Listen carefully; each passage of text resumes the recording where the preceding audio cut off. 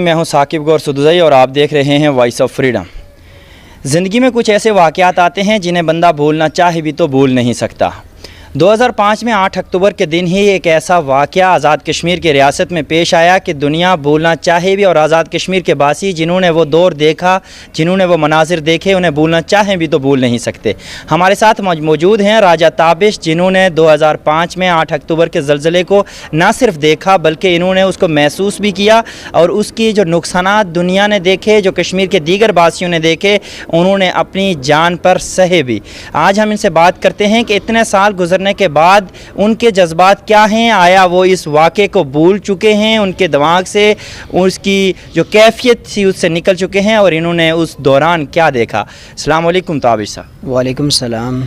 ताबिश, आप उस दौर में उस वक़्त कहाँ पर मौजूद थे और वो क्या वाक़यात थे, क्या कैफियत थी, कैसे मनाजिर थे, आप हमें बताएंगे? उस वक़्त मैं कश्मीर में मौजूद था और तकरीबन अजीब सा समा बन गया था। हर तरफ चीखो पुकार की आवाज़ थी और घरों के गिरने की, दरख्तों के उखड़ने की आवाज़ें आ रही थी और उस टाइम समझ नहीं आ रही थी कि बंदा क्या करे। तो ऐसे में मैं वहाँ से घर के साइड से घर के अंदर वाली तरफ भागा और पीछे पीछे मेरी वालिदा मोहतरमा मेरे पीछे भागी मुझे बचाने के लिए।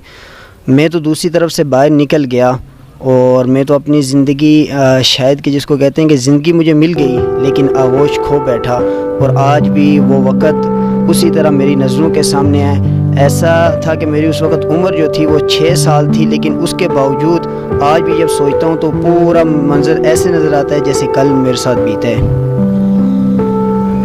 उसके बाद जो हुकूमत ने जो ऐलानात किए, उस पर हुकूमत ने कितना एक जो दुनिया ने उनको इमदाद दी और आज़ाद कश्मीर की हुकूमत और हुकूमत पाकिस्तान ने जो ऐलानात किए और जो दावा किया कि हमने ज़लज़ला ज़दगान के मुतासरीन का सदेबाब कर लिया, उनकी रिहाइश का बंदोबस्त और उनके जो नुकसानात हैं उसका जो अज़ाला कर सकते थे हम कर चुके हैं। क्या इससे आज़ाद कश्मीर के बासी मुतमईन हैं? उस वक़्त तो जहाँ तक मुझे याद है, अब बाज़ जो गुरबा थे उन तो वहाँ ही मुज़फ़्फ़राबाद के अंदर रहाइश इख्तियार कर ली थी। वहाँ पे कुछ कैंप वगैरह लगाए गए थे कुछ NGOs वगैरह की तरफ से, और बाज़ वहाँ से जो रेफ़र कर दिए थे जिनको, वो यहाँ पे पहुँच गए थे। लेकिन उस तरह का मतलब उस टाइम इंतज़ाम नहीं था, चूँकि अचानक से एक वो वाक़या पेश आया था तो किसी के ज़हन गुमान में भी नहीं था। और आप देखते भी हैं कि आज़ाद कश्मीर के अक्सर अभी भी अस्पतालों के अंदर बहुत सी सहूलियात आज भी मौजूद नहीं हैं। तो उस वक़्त तो मेरे ख़्याल में जो आज नहीं है तो उस वक़्त तो हो ही नहीं सकती थी। अगर आज ऐसा अल्लाह ना करे ऐसी कैफियत से हमें गुज़रना पड़े तो क्या हमारी हुकूमत और हम लोग उसके लिए तैयार हैं? बिल्कुल भी नहीं। आप क्या पैगाम देना चाहते हैं? मेरा यही पैगाम है हुकूमत वक्त से कि ऐसे जब दिन आता है तो इस दिन को सिर्फ मनाया ना जाए बल्कि इस दिन के हवाले से हमें तैयारी करनी चाहिए।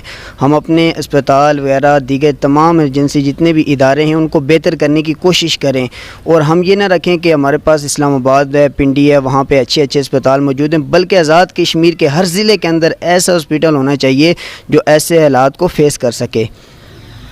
बिल्कुल, ये हमें भी और बासियत कौम और हुकूमत की भी ज़िम्मेदारी है कि हमें ऐसे वाक़यात से निपटने के लिए वक्त से पहले तैयार होना चाहिए। अक्लमंद कौमें वही तसव्वुर की जाती हैं जो एक दफ़ा के नुकसान से सबक हासिल कर लें।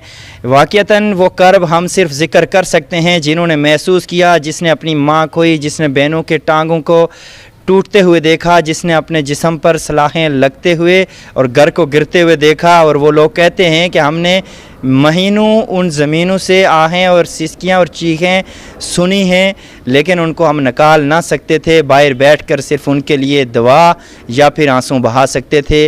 अल्लाह हमें इस ऐसी आफत से बचाए। अस्सलाम वालेकुम।